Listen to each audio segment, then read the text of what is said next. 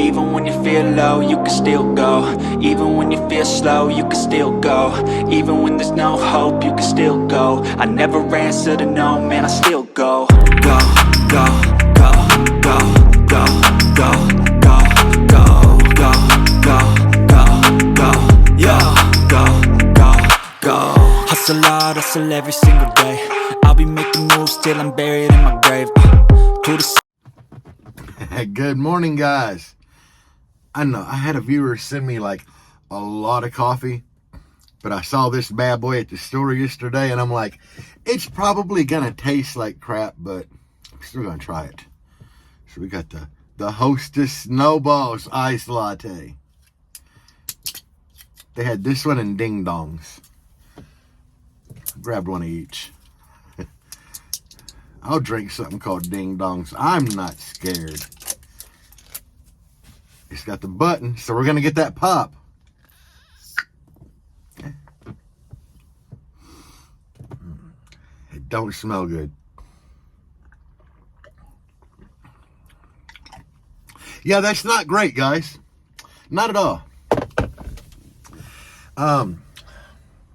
Weird aftertaste.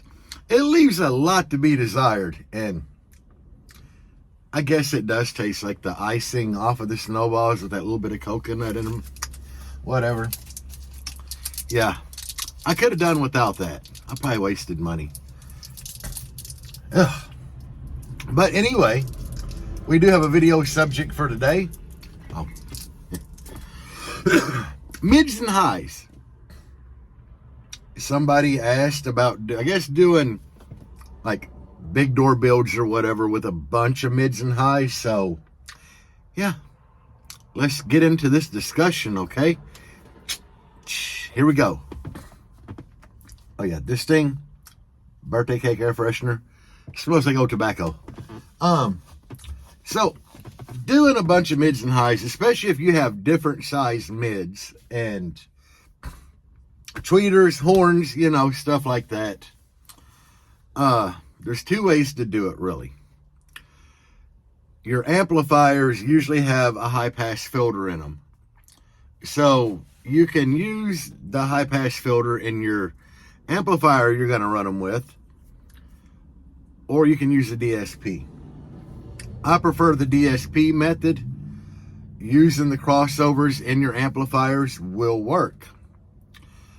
Now, let's say you're going to do a bunch of mids and you're going to do like 6s or 6.5s and 8s. So I would start with the rear channel RCAs out of your head unit, back to your DSP, come out of your DSP on them channels.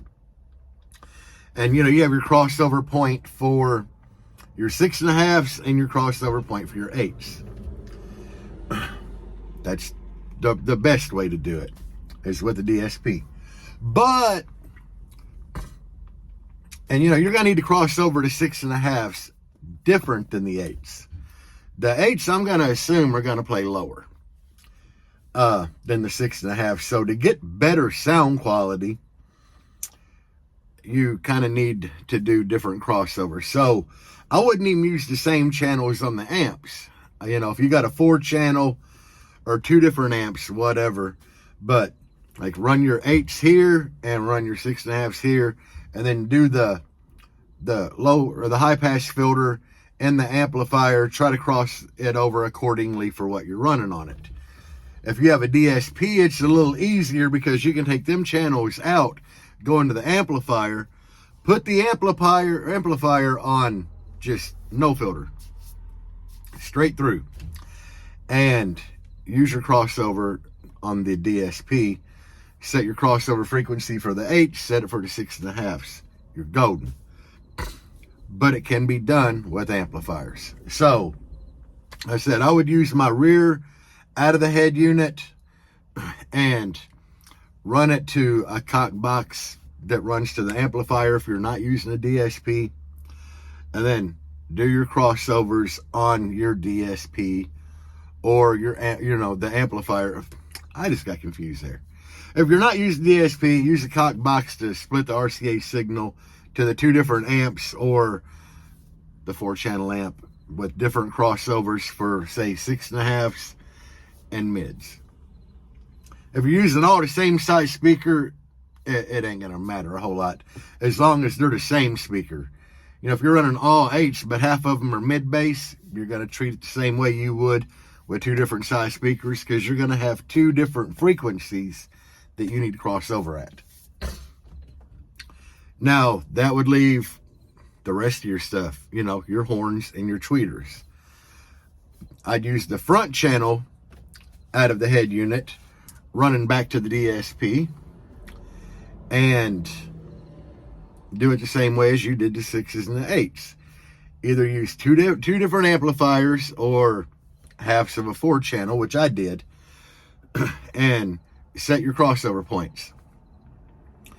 It wouldn't be as crucial. I mean, you're going to have tweeters turned up probably a little more than horns. Horns get extremely loud. And horns are all 8 ohm. And I'll stand by that, because every good horn I've ever looked at with a compression driver, the compression drivers have been 8 ohm. Which is kind of weird, but I know what people are going to be saying. But I found horns that are 4 ohm. Them are usually the ones that have the big plastic cone on the front, and they're a glorified tweeter most of the time. Good horns with a big compression driver, you know, you got like a 3 to 5 pound motor, and they usually have a big aluminum horn on the front. But not even arguing that. It's just all the good ones I've seen are 8 ohm. That does throw a little bit of a wrench in the plan for ohm loads, but it's still, you know, you kind of want them. They cross over lower than tweeters, so you still kind of need a good way to control them. And it's really hard to dial in the high pass filter on amplifiers, but if you're not running a DSP, they do normally send you a little inline capacitor that goes on the positive side of the speaker, whether it be a horn, tweeter, that is crossed over for that particular speaker. Are they great? No. Are they in the ballpark? Yes. Do they work? Yes, they will work. So that'll kind of help you if you don't have a DSP. You know, in that situation, you don't have a DSP, then, you know, you can use them little inline capacitors that'll block out the lower frequencies. You can use them on your horns, on your tweeters, and in that scenario, I probably wouldn't do a lot of adjustment on the high pass filter or the amplifier. I'd just kind of get it a little lower than what you need it to be and let that thing do the work. Or, and this is another reason I really like using rear output of my head unit for mids and the front output for my highs, you could jump into your head unit if you got a decent one and kind of dial in your crossover frequency, if your head unit has that, to get you in the ballpark for the horns. And since they crossover lower than the tweeter, you know, your little filtering cap on the tweeter would do the rest. So I'll just get into this and show you what I have. As far as my setup for all my mids and highs, let me switch the old camera. Sure, everybody here has seen my doors before, but you know, I got 4 8 ohm 8s, and they're 8 ohm because it just worked out good for me getting 8 ohm. The amplifiers I had in my old build were like 2 ohm mono blocks, so you know, you got 8 and 8 parallel to equal 4, so it'd be 4 ohm here, 4 ohm there. And when you parallel 2 4 ohm loads, you get a 2 ohm load. I had 2 ohm stable mono blocks. It worked out great. I even wound up not using that amp and using this Deafmonster Apocalypse 500x4 that I had. And this thing actually bridges into 2 channel, 2 ohm stable at like 1,040 or 1,080 watts. And that is plenty for them Neo 8s. Now this amp, you know, I told you that my horns, I got the horns up there, they're 8 ohm. I bridge this thing into 2 channel, and it actually bridges at like 680 by 2 at 2 ohm, but I got 4 ohm per door, So it's putting out like 350, 400 watts, which is, I got to turn the horns down with this. I got to set the gain lower. And you can either set the gain lower here or through the DSP. I do it through the DSP. So that's strictly for horns. Now you see I got tweeters here, and then I got A-pillars. So I got another one of these little 300x4s. I'm using all channels of it. Like 2 of the channels are for my tweeters, which is all crossed over in here. And then the other 2 channels are for my A-pillars. And you know, this is 12 channels out, 4 channel in. Well, it's got a bunch more in, but I'm using like rear for my head unit, front for my head unit there. And it all goes through here, and then each channel is individually crossed over in here.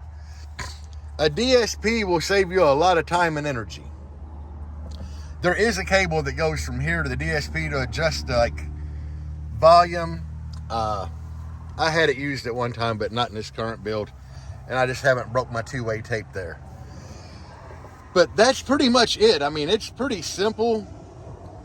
You know, if you can hook up a mids and highs amp, like a regular 4-channel, even a 2-channel, you can do all this. You know, you just got to remember and label things like, okay, this is going to there, this is going to there. You know, if you can wire a mids and highs amp up to like 2 6.5s and kind of dial in the crossover on it, if you don't have a DSP, then you can do it with every other amp. Just set everything up like 2 channels at a time and go at it. I hope this helps whoever asked the question. You know, there's not a whole lot to it. Dang, I got my foot all up on it. Got dirty. Okay, we got it clean. But, yeah, them ain't clean. Anyway, guys, it's not that bad of a thing to do. We still down 2 amps. Yeah, you guys want to talk about that? But, you know, back to what I was saying. I hope this helps somebody. I do have door build videos on here if you haven't seen me build these or you're new to the channel. They are on there. So, yeah, let's... Hold on, back, guys. that actually, no, that ain't loose. Okay, so that's basically, in a nutshell, how to keep track of everything in your doors, and you know, the crossovering, and you know how to use a gain on your amp.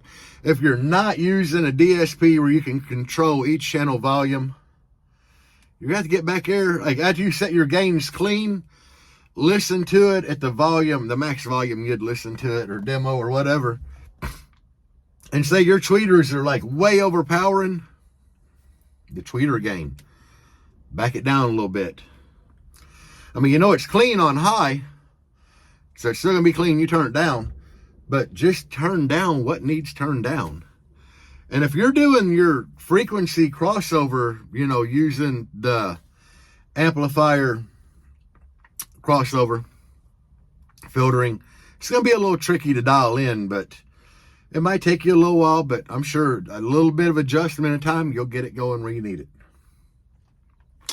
Now, back to my weekend, guys. Gosh, sometimes I wonder why I do this.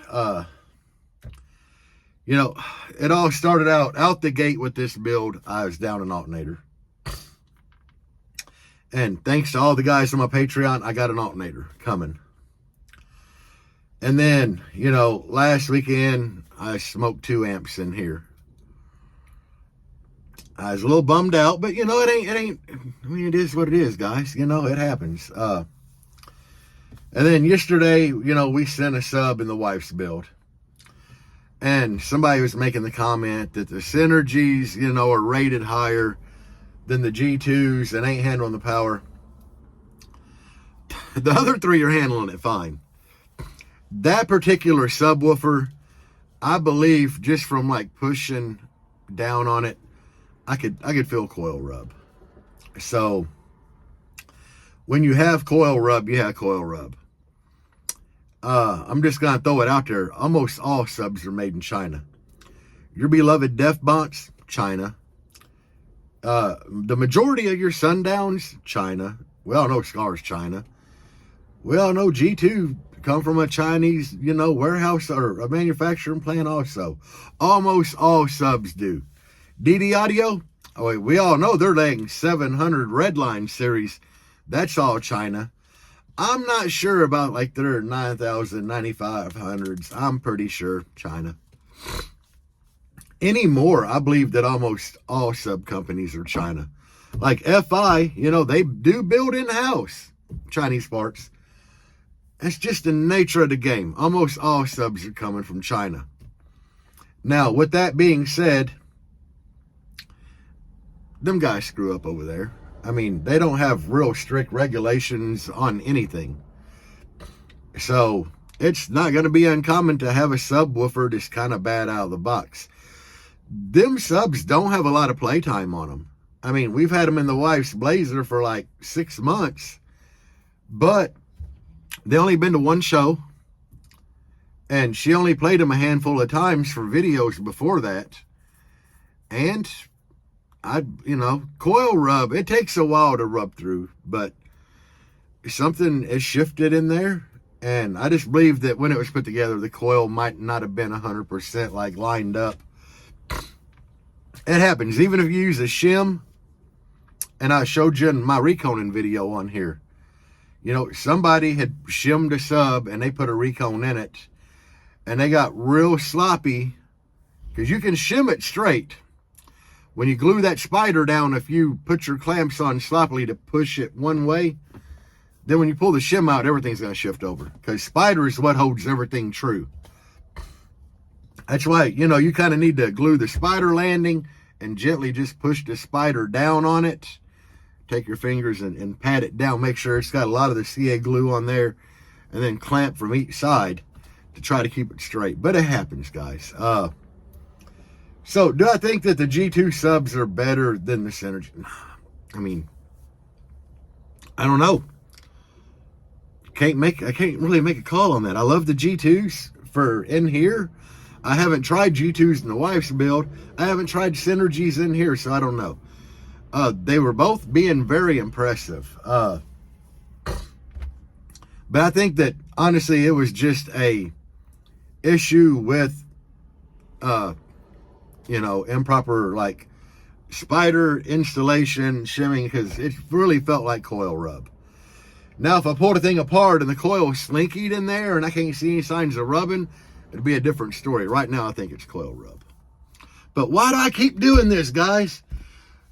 Well, it is what it is, guys. One day, you might be on top, and you might have a little streak of bad luck. So, the way I'm seeing it right now is, I had bad luck with an alternator.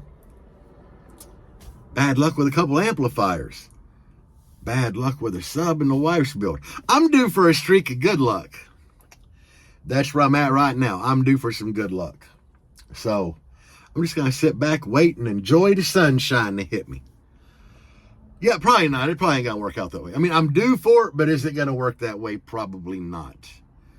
But either way, guys, it is what it is, In this hobby, if you really, really like this hobby, then you'll find a way to power through all the really low times.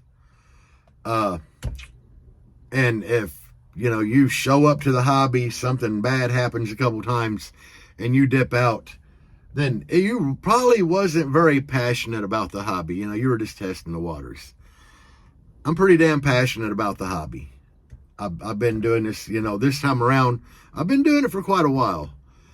I mean, definitely long enough to make a name for myself in the hobby.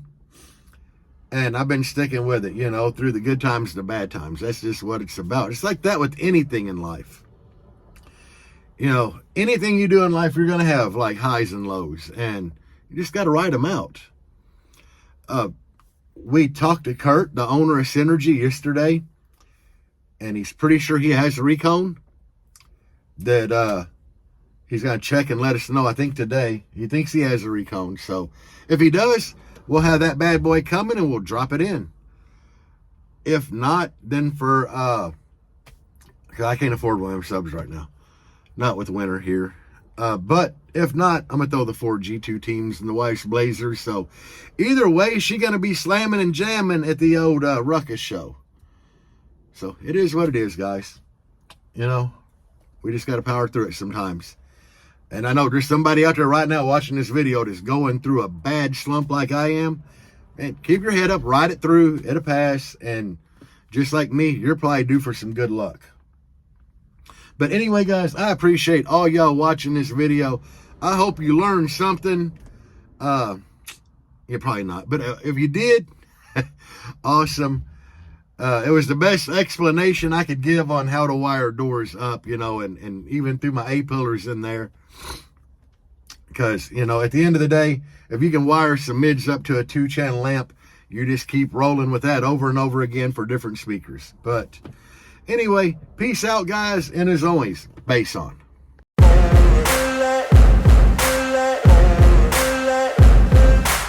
no motherfucker in this world could do it like me. Open up your eyes and insert a little rising.